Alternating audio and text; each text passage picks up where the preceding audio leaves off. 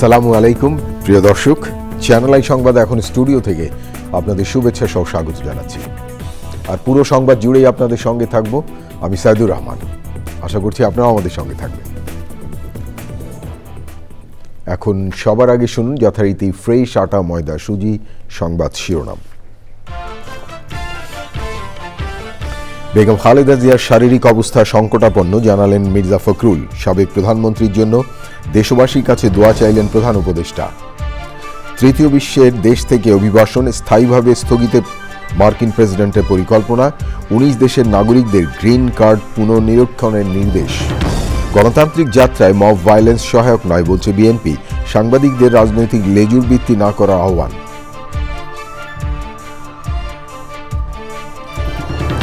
যে কোনো ভুলের জন্য বারবার ক্ষমা চাইবেন বললেন জামায়াতের আমির। জনপ্রত্যাশা পূরণে সব রাজনৈতিক দলকে ঐক্যবদ্ধভাবে কাজ করার পরামর্শ। এবং দারিদ্র্য বিমোচনে বিশ্বের রোল মডেল বাংলাদেশ উল্টো পথে হাঁটছে বিশ্ব ব্যাংকের গবেষকের মন্তব্য। সব ধরনের বৈষম্য প্রকট হওয়ার আশঙ্কা।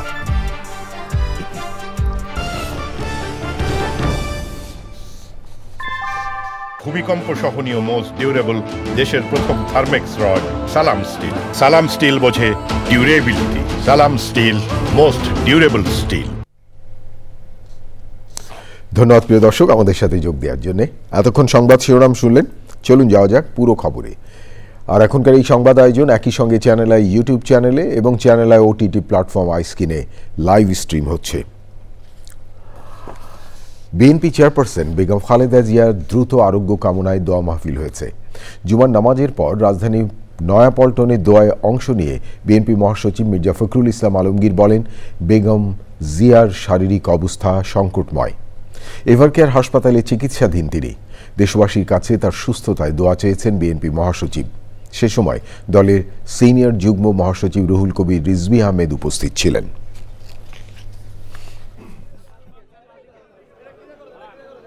গতকাল রাতেই ডাক্তাররা বলেছেন যে তার অবস্থা, শারীরিক অবস্থা অত্যন্ত সংকটময়।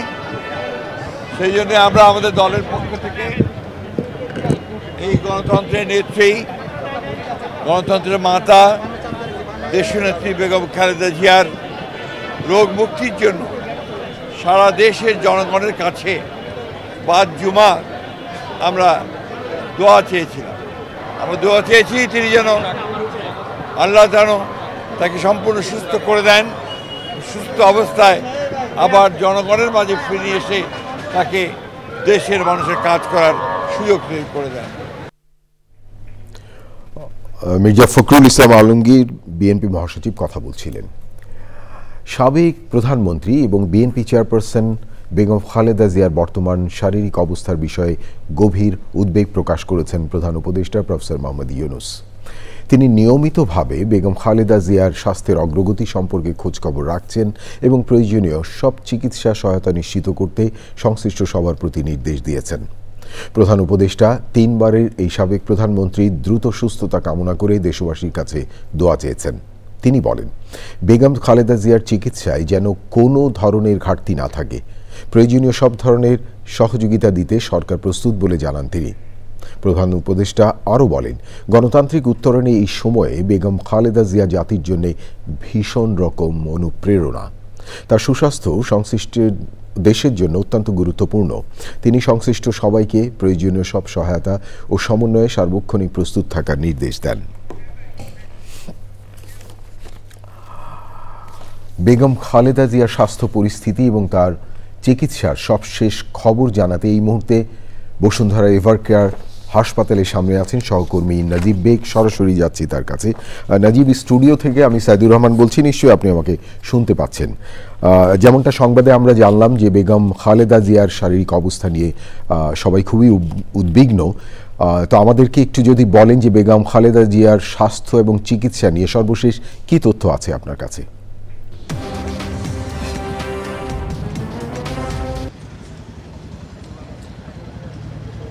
সাইদুর, গত 23 নভেম্বর মূলত শ্বাসকষ্টজনিত কারণে বেগম জিয়াকে এভারকেয়ার হাসপাতালে আনা হয়। মূলত গতকালকে পর্যন্ত তিনি ক্যাবিনেট ছিলেন। গতকালকে যখন তার শারীরিক অসুস্থতা বেড়ে যায় তাকে আবার সিসিইউতে নেওয়া হয়। এরপর থেকে কিন্তু আমরা দেখছি যে আজকে মির্জা ফখরুল ইসলাম আলমগীর তিনি যেটি গণমাধ্যমকে বলেছেন তার অবস্থা সংকটাপন্ন এবং প্রধান উপদেষ্টার পক্ষ থেকেও তার জন্য দেশবাসীর কাছে দোয়া চাওয়া হয়েছে। আসলে চিকিৎসা সংক্রান্ত বিষয়ে যেটি আপডেট আমরা বিএনপির তরফে সবশেষ পেয়েছি যে আজকে বিএনপি মহাসচিব এবং বিএনপির স্থায়ী কমিটির সদস্য আমির খসরু মাহমুদ চৌধুরী তারা এসেছিলেন বিকাল নাগাদ বেগম জিয়াকে দেখতে, এবং তারা যেটা বলেছেন যে মেডিকেল বোর্ডের অধীনে সিসিইউতে দেশি বিদেশি চিকিৎসকদের ধারায় বেগম জিয়ার চিকিৎসা চলছে। আমরা হাসপাতালের সামনে কিন্তু দেখতে পাচ্ছি যে বিএনপির নেতাকর্মীরা একটু একটু করে আসছেন। মূলত বেগম জিয়ার যেহেতু নীতি নির্ধারকদের পক্ষ থেকে বলা হচ্ছে তার অবস্থা সংকটাপন্ন, নেতাকর্মীরা স্বাভাবিকভাবেই বিষয়টি নিয়ে উদ্বিগ্ন রয়েছেন। বলে রাখি যে 80 বছর বয়স্ক সাবেক প্রধানমন্ত্রী কিন্তু দীর্ঘদিন ধরে নানা ধরনের শারীরিক জটিলতায় ভুগছেন, বিশেষ করে হৃদরোগ, ডায়াবেটিস, লিভার সিরোসিস, কিডনির জটিলতার তার কিন্তু রয়েছে। এই সবশেষ চলতি বছরও কিন্তু তিনি চিকিৎসার জন্য লন্ডনে গিয়েছিলেন। প্রায় 4 মাস চিকিৎসার শেষে তিনি মে মাসে দেশে ফিরেছেন। আমরাও আসলে অপেক্ষা করছি হয়তোবা রাতের বেলা যদি চিকিৎসকদের পক্ষ থেকে বা বিএনপির তরফে যদি কোনো আনুষ্ঠানিক ব্রিফ করা হয়, যেহেতু আমরা সংবাদকর্মীরা হাসপাতালের ভেতরে যাওয়ার সেরকম সুযোগ পাচ্ছি না, হয়তোবা তারা ব্রিফ করলে হয়তোবা বেগম জিয়ার এখন কি আসলে কী অবস্থা সেটি হয়তোবা জানতে পারবো। সাইদুর। নাজিব, আমরাও আপনার মতো সারা দেশবাসীর মতো আমরাও বেগম খালেদা জিয়ার দ্রুত আরোগ্য কামনা করছি। আপনি সেখানে থাকুন, আপনাকে অনেক ধন্যবাদ। পরবর্তী সময় হয়তো আরও সর্বশেষ পরিস্থিতি যদি থাকে আমরা তার জানতে পারবো আপনার মাধ্যমে। প্রিয় দর্শক, এবারে অন্যান্য খবর। তৃতীয় বিশ্বের দেশগুলোর অভিবাসন স্থায়ীভাবে স্থগিতের পরিকল্পনার কথা জানিয়েছেন মার্কিন প্রেসিডেন্ট ডোনাল্ড ট্রাম্প। হোয়াইট হাউসের কাছে 2 নিরাপত্তা রক্ষীর ওপর গুলিবর্ষণের পর এই সিদ্ধান্ত নেন ট্রাম্প।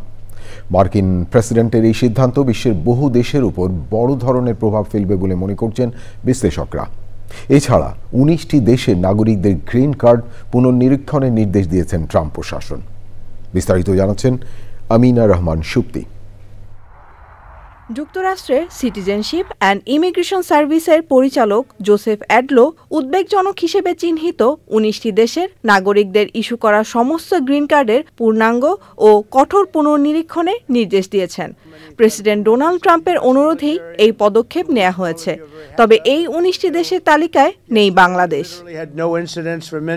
যে 19টি দেশের নাগরিকদের গ্রিন কার্ড পুনর্নিরীক্ষণ করা হবে সেগুলো হলো Afghanistan, Myanmar, Burundi, Chad, Republic of Congo, Cuba, Guinea, Eritrea, Haiti, Iran, Laos, Libya, Sierra Leone, Somalia, Sudan, Togo, Turkmenistan, Venezuela ও ইয়েমেন।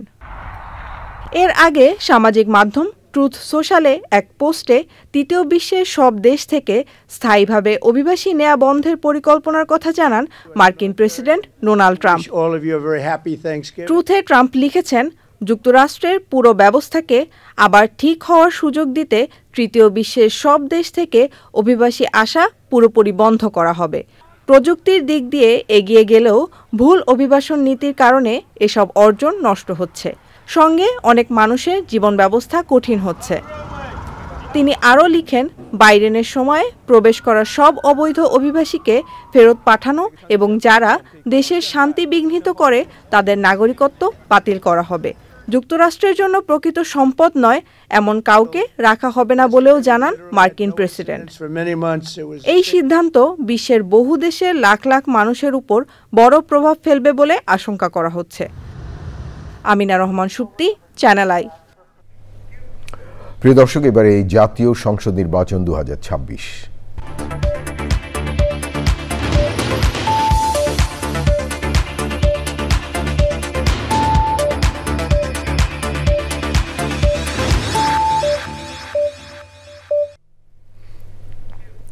গণতান্ত্রিক যাত্রায় মব ভায়োলেন্স সহায়ক নয় বলে মন্তব্য করেছেন বিএনপির মহাসচিব মির্জা ফখরুল ইসলাম আলমগীর। বলেছেন, সাংবাদিকদের রাজনৈতিক লেজুর ভিত্তি করা উচিত নয়। জামায়াতের সেক্রেটারি জেনারেল মিয়া গোলাম পরওয়ার বলেন, নতুন বাংলাদেশ গঠনে ভেদাভেদ ভুলে একসাথে কাজ করতে হবে। শাকির আদনানী রিপোর্ট। বাংলাদেশ ফেডারেল সাংবাদিক ইউনিয়ন BFUJ-এর দ্বিবার্ষিক কাউন্সিলের উদ্বোধনী অধিবেশন জাতীয় প্রেস ক্লাবে। অনুষ্ঠানে বিশেষ অতিথির বক্তব্যে জামায়াতে ইসলামীর সেক্রেটারি জেনারেল বলেন, দেশের রাজনীতির গুরুত্বপূর্ণ সময়ে রক্তচক্ষু উপেক্ষা করে সাংবাদিকদের সত্য প্রকাশ করতে হবে। যে আমাদের এই বাংলাদেশকে আমরা একটা corruption free country, corruption free একটা ইকোনমি হিসেবে গড়তে চাই। এ ব্যাপারে তো বিএনপি জামাত সহ কোন দলের মধ্যে তো দ্বিমত নেই। দুর্নীতিকে আমরা প্রশ্রয় দিব না। প্রধান উপদেষ্টাও বলেছেন যে আগামী নির্বাচনে দেশকে যদি দুর্নীতিমুক্ত করতে চান তাহলে দুর্নীতির সাথে যাদের সম্পর্ক তাদেরকে না বলুন। এই দুর্নীতিবাজদের বিরুদ্ধে না বলার জাতীয় ঐক্যের ব্যাপারে কোনো দলের মধ্যে দ্বিমত নাই। আয়োজনের প্রধান অতিথি বিএনপির মহাসচিব বলেন, আগামী ফেব্রুয়ারিতে জাতীয় নির্বাচনের মাধ্যমে দেশে গণতান্ত্রিক ধারা ফিরে আসবে। ভিন্ন মত প্রকাশের স্বাধীনতাকে মূল্য দিতে হবে। এক ধরনের একটা নৈরাজ্য সৃষ্টি করবার চেষ্টা চলছে, মব ভায়োলেন্স তৈরি করা হচ্ছে, মানুষের বিরুদ্ধে মিথ্যা প্রচারণা করা হচ্ছে, একজন মানুষকে ভিন্নভাবে প্রচার করা হচ্ছে, যা নিঃসন্দেহে আমাদের গণতান্ত্রিক যে যাত্রা, সেই যাত্রাতে কিন্তু আমরা বাধাগ্রস্ত হচ্ছি। আপনি যদি আপনার অধিকার প্রতিষ্ঠিত করতে চান চাকরির ক্ষেত্রে, অন্যান্য ক্ষেত্রে, আপনার ইউনিয়নকে আরও শক্তিশালী হতে হবে, আপনাদেরকে সক্রিয় দাঁড়াতে হবে। কোনো দলের লেজুবৃত্তি না করে আপনাদেরকে দাঁড়াতে দাঁড়াতে দেখবেন যে আপনার অধিকারটাকে আপনি আদায় করতে পারবেন। সাংবাদিকদের সাপ্তাহিক ছুটির দুদিন, আর্থিক নিরাপত্তা ও সুরক্ষা সহ ৩৯ দফা দাবি তুলে ধরেন সাংবাদিক নেতারা। Shakir Adnan, Channel i, Dhaka. জামায়াতুল ইসলামের আমির ডক্টর শফিকুর রহমান বলেছেন, তারা ভুলের ঊর্ধ্বে নন, যে কোনো ভুলের জন্য বারবার ক্ষমা চাইবেন, কিন্তু এই ক্ষমা চাওয়াকে কেউ কেউ অন্যভাবে উপস্থাপন করে। তৃতীয়বারের মতো বাংলাদেশ জামায়াতে ইসলামীর আমির হিসেবে শপথ নিয়ে এসব কথা বলেন তিনি। এই সময় জনপ্রত্যাশা পূরণে সব রাজনৈতিক দলকে ঐক্যবদ্ধভাবে কাজ করার আহ্বান জানান শফিকুর রহমান। প্রিয় দর্শক, দেখুন তাফিমুল ইসলামের রিপোর্টটি। তৃতীয়বারের মতো বাংলাদেশ জামায়াতে ইসলামীর আমির হিসাবে শপথ নিলেন ডাক্তার শফিকুর রহমান। ওয়াদা পালনের আমাকে ওয়াদা পালনের তৌফিক দান করুন, তৌফিক দান করুন, আমিন আমিন সুম্মা আমিন। শপথ অনুষ্ঠানে ছিলেন সারা দেশ থেকে আসা জামাতের শীর্ষ নেতৃবৃন্দ, এছাড়াও ছিলেন ফ্যাসিবাদ বিরোধী বিভিন্ন রাজনৈতিক দলের নেতারা। শপথ অনুষ্ঠান শেষে বিভিন্ন ইস্যুতে কথা বলেন ডাক্তার শফিকুর রহমান। যদিও বাংলাদেশ জামাত ইসলামী সবসময় চেষ্টা করে জনগণের কল্যাণে চিন্তা করার, পরিকল্পনা নেওয়ার এবং কর্মসূচি গ্রহণ করার, তারপরেও তো আমরা মানুষের সংগঠন। ভুল ত্রুটির ঊর্ধ্বে আমার মুঠেই নয়, আমাদের ধারাও ভুল ত্রুটি হয়ে যায়। আমরা প্রিয় জাতির কাছে বারবার এই ভুলের জন্য ক্ষমা চাইতেই থাকব। একদল মানুষ আমাদের এই ক্ষমা চাওয়াকে পছন্দ করেন না। ফেব্রুয়ারিতে সুষ্ঠু নির্বাচনের জন্য ভোটারদের প্রতি শ্রদ্ধাশীল হতে সব রাজনৈতিক দলের প্রতি আহ্বান জানান জামাতের আমির। আগামী ফেব্রুয়ারিতে নির্বাচন হওয়ার কথা। আল্লাহ তাআলার দরবারে দোয়া করি, বহুদিনের পিপাসার্থ এদেশের জনগণকে, ভোটারকে আল্লাহ তাআলা তার বিশেষ ব্যবস্থাপনায় সীমাহীন দয়া করে একটা সুষ্ঠু নির্বাচনের জন্য ব্যবস্থা করে দেন।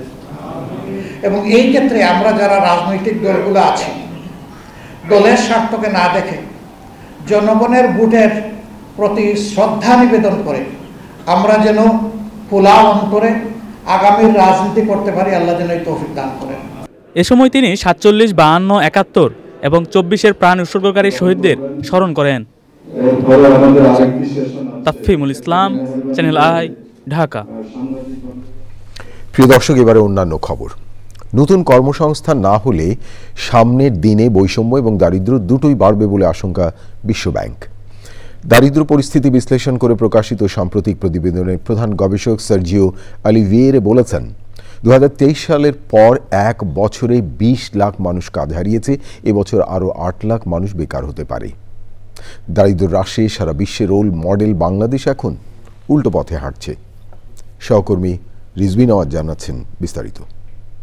মঙ্গলবার ঢাকায় বাংলাদেশ দারিদ্র্য ও বৈষম্য বিশ্লেষণ সমৃদ্ধির পথে অগ্রযাত্রা শিরোনামে রিপোর্ট প্রকাশ করে বিশ্বব্যাংক। 2009 সাল থেকে বাংলাদেশের দারিদ্র্য এবং আর্থসামাজিক উন্নতি নিয়ে কাজ করা বিশ্বব্যাংক সদর দপ্তরের জ্যেষ্ঠ অর্থনীতিবিদ সার্জিও অলিভিয়েরার নেতৃত্বে ওই রিপোর্ট বলছে, দারিদ্র্য হ্রাসে সারা বিশ্বের রোল মডেল বাংলাদেশ এখন উল্টো পথে হাঁটছে। এই মুহূর্তে কমপক্ষে 2.10 কোটি মানুষ চরম দরিদ্র অবস্থায় বাস করছে। অতি দরিদ্রদের মজুরি বৃদ্ধির তুলনায় জিনিসপত্রের দাম বেশি বেড়েছে, এখনও উচ্চ মূল্যস্ফীতি নিয়ন্ত্রণে আসেনি। তার উপর আছে জলবায়ু পরিবর্তনজনিত দুর্যোগের ঝুঁকি। There is an undeniable improvement in the livelihood of all Bangladeshis. If we are considering from 2010 till 2022, more than 30% of those who are above the poverty of the population, are vulnerable. The other one that I think that is very important is inequality, because if we can see that labor market has been weakening over time, particularly if now we're thinking about between 2022 and 2025, we can expect that poverty will have been increased, right? Because that's what we are seeing, that labor market has been weakening and weakening and weakening since 2022. People, they were falling back into poverty because of this, but at the same time someone is benefiting by the growth that we are seeing. তাহলে কি বাংলাদেশ শূন্য দারিদ্র্য হারের অঙ্গীকার পূরণ করতে পারবে না? Exactly, the policies that go in that direction, right? Because actually what has happened is that growth has been for the whole population, but the problem is like it has been unequal. It was less for the bottom of the distribution than for the upper part of the distribution in between 2016 and 2022. What you want is the opposite. Yes. Like that you lift all the boats, but a little bit more for the bottom of the distribution than from the upper part of the distribution. বিশ্বব্যাংক বলছে, দারিদ্র্য এবং বহুমুখী বৈষম্য কমাতে সরকারের অন্যতম অগ্রাধিকার হওয়া উচিত কর্মসংস্থান সৃষ্টি, নারীদের শ্রমবাজারে ফিরিয়ে আনার ব্যবস্থা করা, সামাজিক সুরক্ষা কর্মসূচির উপকারভোগী নির্বাচনে সতর্ক হওয়া এবং ভর্তুকি ব্যয় যাতে দরিদ্রদের কাছে যায় তার ব্যবস্থা করা। রিজভিন আওয়াজ, চ্যানেল আই, ঢাকা। প্রিয় দর্শক, এবারে অন্যান্য খবর। বিএনপির নির্বাহী কমিটির সদস্য এবং ত্রয়োদশ জাতীয় সংসদ নির্বাচনে নাটোর 2 আসনের বিএনপি মনোনীত প্রার্থী অ্যাডভোকেট এম রুহুল কুদ্দুস তালুকদার দুলু বলেছেন, বেগম খালেদা জিয়া দেশের ঐক্যের প্রতীক। আগামী নির্বাচন গণতন্ত্র, স্বাধীনতা এবং ভোটের অধিকারের জন্য তাকে অত্যন্ত প্রয়োজন। নাটোর শহরের NDTI জামে মসজিদে খালেদা জিয়া সুস্থতা কামনায় দোয়া মাহফিলে এসব কথা বলেন তিনি। সে সময় ছিলেন বিএনপির জেলা আহ্বায়ক রহিম নওয়াজ, যুগ্ম আহ্বায়ক মোস্তাফিজুর রহমান শাহিন, জেলা বিএনপির সদস্য কাজী শাহ আলম সহ অন্যরা। বেগম খালেদা জিয়া এদেশের ঐক্যের প্রতীক। আগামী নির্বাচন এবং পরবর্তীকালে যে সংকট আগামী দিনে আসছে, এই সংকটময় মুহূর্তে বেগম খালেদা জিয়াকে এদেশের মানুষের জন্য অত্যন্ত প্রয়োজন। দেশের মানুষের কাছে আমাদের আবেদন, বেগম খালেদা জিয়া বাংলাদেশের গণতন্ত্র, বাংলাদেশের স্বাধীনতা, বাংলাদেশের ভোটের অধিকারের জন্য বেগম খালেদা জিয়ার বেঁচে থাকা অত্যন্ত প্রয়োজন। রুহুল কুদ্দুস তালুকদার দুলু কথা বলছিলেন বিএনপি নেতা। আমার হাতে আরও খবর আছে প্রিয় দর্শক, দেখতে থাকুন চ্যানেল আই সংবাদ। এবারে বিরতি, আর বিরতির পর যা দেখতে পাবেন, হংকংয়ে বহুতল ভবনে আগুনে নিহতের সংখ্যা বেড়ে 128, প্রায় 300 জন নিখোঁজ থাকায় নিহতের সংখ্যা আরও বাড়ার আশঙ্কা।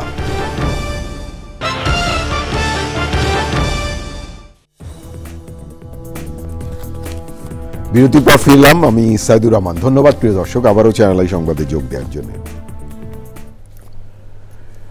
সম্পদ নয়, সৎ নেতৃত্বের অভাবে দেশ পিছিয়ে গেছে বলে মন্তব্য করেছেন জামায়াতের নির্বাহী পরিষদের সদস্য এটিএম আজহার। তিনি বলেন, ক্ষমতায় গেলে প্রথমে দুর্নীতি বন্ধ করবে জামায়াত ইসলামী। শুক্রবার বিকেলে রাজধানীর মোহাম্মদপুর টাউন হল মাঠে নাগরিক সমাবেশে এমন মন্তব্য করেন তিনি। সে সময় জামায়াত নেতারা প্রতিশ্রুতি দেন, দেশের সেবক হতে পারলে সমৃদ্ধ বাংলাদেশ উপহার দেয়া হবে। নাগরিক সমাবেশে ছিলেন ঢাকার 13 আসনের জামায়াতের মনোনীত প্রার্থী মোবারক হোসেন সহ দলের অন্যরা।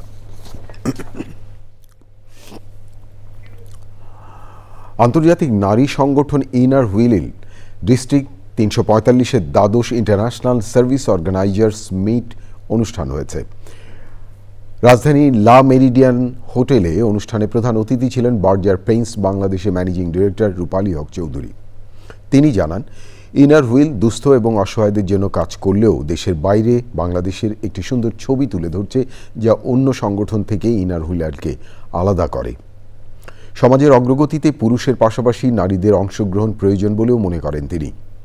অনুষ্ঠানে ডিস্ট্রিক্ট 345-এর চেয়ারম্যান মুশাইলা করিম বলেন, দেশ এবং দেশের বাইরের সদস্যদের পারস্পরিক বোঝাপড়ার এক মিলন মেলা ISO মিট। অনুষ্ঠানে আরও বক্তব্য রাখেন ন্যাশনাল রিপ্রেজেন্টেটিভ মমতাজ মহল। অনুষ্ঠান পরিচালনায় ছিলেন শাহনাজ মাহমুদ এবং তামান্না ইয়াসমিন। এবারে নিটোল টাটা আন্তর্জাতিক সংবাদ।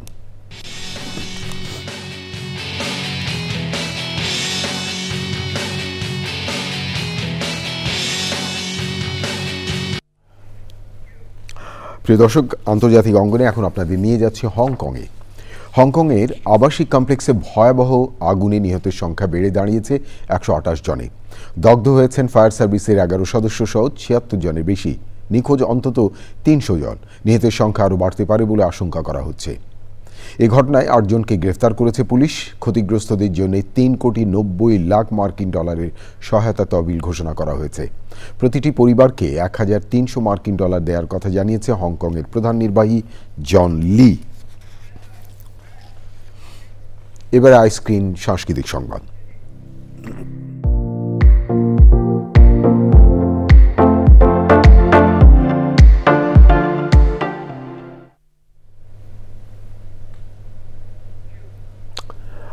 বিনোদনের দুনিয়া OTT প্ল্যাটফর্ম আইস্ক্রিনে ডিসেম্বরে মুক্তি পাচ্ছে অমীমাংসিত।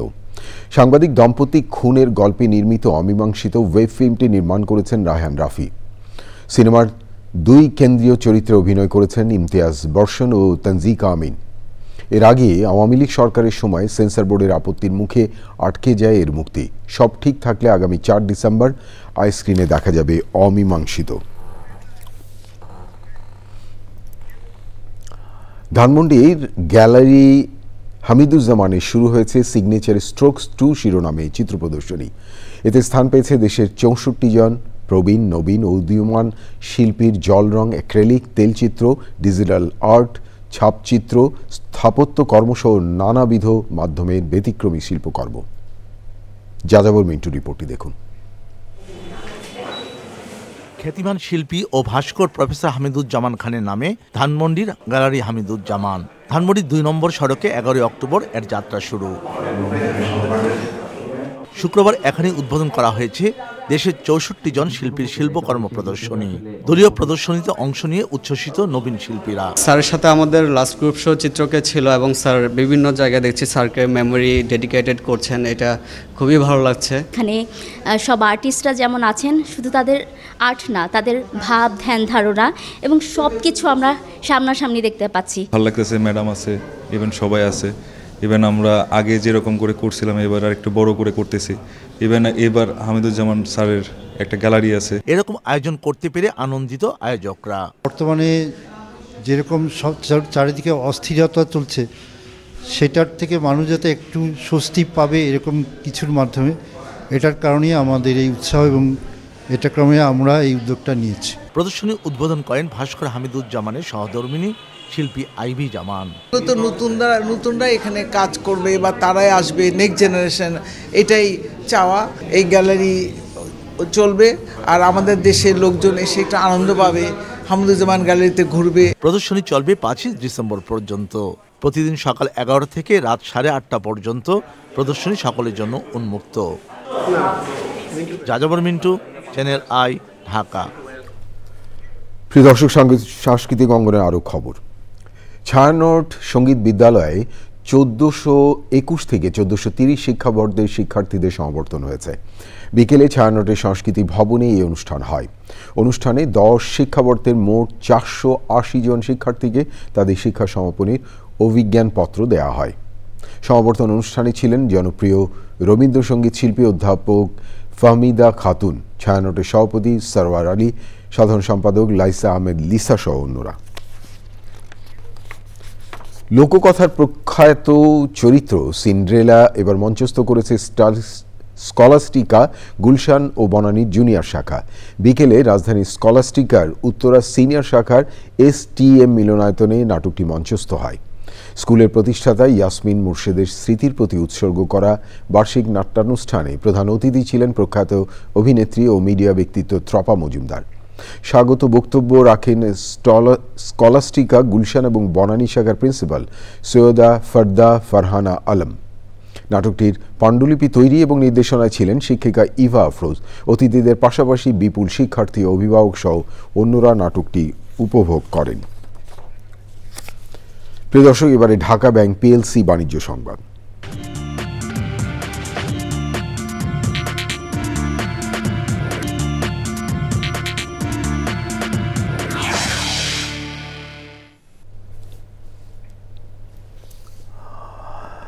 Bangladesh ceramic manufacturers and exporters association আয়োজনে রাজধানীর আন্তর্জাতিক কনভেনশন সিটি বসুন্ধরায় ICCB-তে শুরু হয়েছে 4 দিনের সিরামিক এক্সপো। সিরামিক পণ্যের কাঁচামাল, যন্ত্রপাতি ও প্রযুক্তির উপর বিশ্বমানের এই প্রদর্শনীতে বাংলাদেশ সহ 25টি দেশের 135টি প্রতিষ্ঠান এবং 3টি ব্র্যান্ড অংশ নিচ্ছে। মেলায় এক্স সিরামিক গ্রুপ নিয়ে এসেছে architectural concept base pavilion spirit of light. X ceramics গ্রুপের ম্যানেজিং ডিরেক্টর এবং CEO মাহিন মাজহার বলেন, এবারের মেলায় X ceramics premium multi brand portfolio প্রদর্শন করছে, যার মধ্যে রয়েছে X Monica, X Monalisa, X Alexander, X tiles and sanitary এবং এক্স বাথওয়্যার। ইটালিয়ান ডিজাইন হাউসগুলোর সঙ্গে সমন্বিত গবেষণার মাধ্যমে ইউরোপীয় ডিজাইন ও প্রযুক্তিকে বাংলাদেশের বাজারে নিয়ে আসছে বিভিন্ন প্রতিষ্ঠান।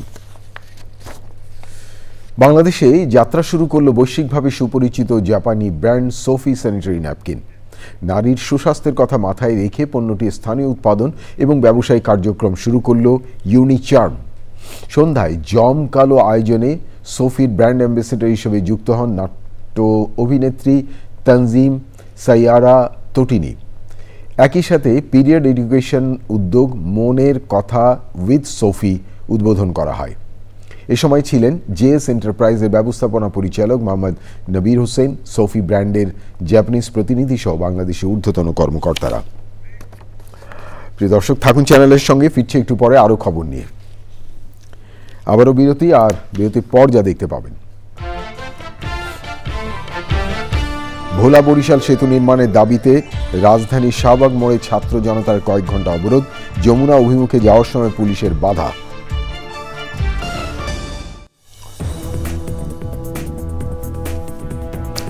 প্রিয় দর্শক, বিরতির পর ফিরে এলাম চ্যানেল আই সংবাদে আরও খবর নিয়ে। আপনাদেরকে আরেকবার স্বাগত জানাচ্ছি। ভোলা থেকে বরিশাল পর্যন্ত সেতু নির্মাণের দাবিতে বিকেল 4টা থেকে রাজধানীর শাহবাগ মোড় কয়েক ঘন্টা অবরোধ করে রাখেন ঢাকায় বসবাসকারী ভোলার ছাত্র জনতা। তারা মিছিল করে যমুনার অভিমুখে যাওয়ার চেষ্টা করলে বাধা দেয় পুলিশ। সে সময় ছাত্র জনতার সাথে পুলিশের ধাক্কাধাক্কি হয়। আরও জানাচ্ছেন এনামুল কবির রূপম।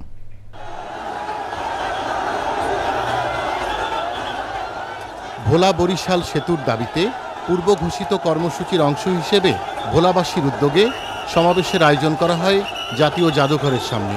সেখান থেকে হঠাৎই সমাবেশের একাংশ এসে শাহবাগ চৌরাস্তা অবরোধ করলে কাঁটাবন থেকে মৎস্য ভবন এবং TSC থেকে বাংলা মোটর পর্যন্ত সড়কে যানবাহন চলাচল বন্ধ হয়ে যায়। পুলিশ বারডেম হাসপাতালের কাছে ব্যারিকেড দিলে উত্তেজিত ছাত্র জনতা ব্যারিকেড ভাঙার চেষ্টা করলে পুলিশের সঙ্গে ধাক্কাধাক্কি হয়। দাবির সমর্থনে সেখানে আসেন NCP নেতা সামান্তা শারমিন। ইন্টারিম গভর্নমেন্টের যেহেতু একটা আনবায়াসড একটা চরিত্র আছে, কোনো নির্দিষ্ট রাজনৈতিক দলের যেহেতু ওরকম বিষয় নাই যে চাপ আছে, তাদের পক্ষে সম্ভব এই মুহূর্তেই ভোলা বরিশাল সেতুটাকে পাশ করিয়ে একটা নতুন জায়গায় নিয়ে যাওয়া, যাতে করে পরবর্তীতে কোনো গভর্নমেন্ট এসে এটাকে প্রশ্ন তুলতে না পারে, রাজনৈতিক দল এসে প্রশ্ন তুলতে না পারে যে অমুক রাজনৈতিক দলের দ্বারা এটা করা হয়েছে। এই সুযোগটা এখন ইন্টারিম গভর্নমেন্টের আছে। NCPর এই নেতার অভিযোগ, যখন যে রাজনৈতিক দল ক্ষমতায় এসেছে তারাই জনগণের প্রাণের দাবি নিয়ে ফায়দা লুটেছে। প্রত্যেকটা রাজনৈতিক দল ইলেকশনের সময় এই সেতুটাকে রাজনৈতিক দাবি দেওয়ার অংশ হিসেবে ব্যবহার করে। পরবর্তীতে যখন তারা ক্ষমতায় যান, কখনোই ভোলা বরিশাল সেতু মানুষের যে আকাঙ্ক্ষা সেই অনুযায়ী এটা কিন্তু বাস্তবায়িত হয় নাই। ওখানকার যে ঘাট, পানি, ইজারা যা কিছু আছে এগুলো ইজারা তো আসলে নির্দিষ্ট রাজনৈতিক দলগুলো মেনটেন করতেছে। তাদের এই সেটআপটা ভেঙে পড়বে যদি ভোলা বরিশাল সেতু হয়, এবং লঞ্চের যে যারা মালিক তারা এটা অনেক ক্ষেত্রেই চাচ্ছেন না। এই লঞ্চের মালিকগুলো বিভিন্ন সময় বিভিন্ন রাজনৈতিক দলের মদতপুষ্ট হয়ে থাকেন। সেতুর অভাবে যাতায়াত সহ রোগীদের ভোগান্তির শিকার হতে হয় বলে জানান সমাবেশে যোগ দেয়া বক্তারা। Enamul Kabir Rupam, channel i, Dhaka. প্রিয় দর্শক, আপনারা আছেন চ্যানেল আইর সঙ্গে। আবারও বিরতি, আর বিরতির পর যা দেখতে পাবেন, পাকিস্তানের বিপক্ষে শেষ ওভারে রোমাঞ্চকর লড়াই জিতে ত্রিদেশীয় টি-20 সিরিজের ফাইনালে শ্রীলঙ্কা। স্বাগতিকদের প্রিয় দর্শক, সবশেষ খবরগুলো নিয়ে আবারও ফিরে এলাম চ্যানেল আই সংবাদে। আপনাদেরকে আরেকবার স্বাগত জানাচ্ছি। 8 মাসের বকেয়া বেতনের দাবিতে মানববন্ধন এবং বিক্ষোভ সমাবেশ করেছেন চট্টগ্রাম ইপিজেড এর জেএমএস গার্মেন্টসের শ্রমিকরা। চট্টগ্রাম প্রেস ক্লাব চত্বরে সমাবেশে তারা বলেন, 8 মাস বেতন না পেয়ে অসুস্থ সন্তানদের চিকিৎসা করতে পারছেন না, ওষুধ কেনা সহ পরিবারের খাবার জোগাতে হিমশিম খেতে হচ্ছে। 11 ডিসেম্বরের মধ্যে সব পাওনা পরিশোধ না করলে 13 ডিসেম্বর ইপিজেড এর বেবজা গেটে আমরণ অনশনের ঘোষণা দেওয়া হয় সমাবেশে। প্রিয় দর্শক, এই ছিল আপনাদের জন্য আমাদের সকল আয়োজন। তবে যাবার আগে ফ্রেশ আটা, ময়দা, সুজি সংবাদ শিরোনাম আরও একবার। বেগম খালেদা জিয়ার শারীরিক অবস্থা সংকটাপন্ন জানালেন মির্জা ফখরুল। সাবেক প্রধানমন্ত্রীর জন্য দেশবাসীর কাছে দোয়া চাইলেন প্রধান উপদেষ্টা। তৃতীয় বিশ্বের দেশ থেকে অভিবাসনে স্থায়ীভাবে স্থগিত মার্কিন প্রেসিডেন্টের পরিকল্পনা। 19 দেশের নাগরিকদের গ্রিন কার্ড পুনর্নিরীক্ষণের নির্দেশ। গণতান্ত্রিক যাত্রায় মব ভায়োলেন্স সহায়ক নয় বলছে বিএনপি। সাংবাদিকদের রাজনৈতিক লেজুর বৃত্তি না করার আহ্বান।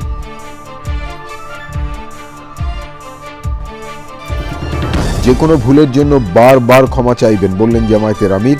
জনপ্রত্যাশা পূরণের সব রাজনৈতিক দলকে ঐক্যবদ্ধভাবে কাজ করার পরামর্শ। এবং দারিদ্র্য বিমোচনে বিশ্বের রোল মডেল বাংলাদেশ উল্টো পথে হাঁটছে, বিশ্ব ব্যাংকের গবেষকের মন্তব্য। সব ধরনের বৈষম্য প্রকট হওয়ার আশঙ্কা।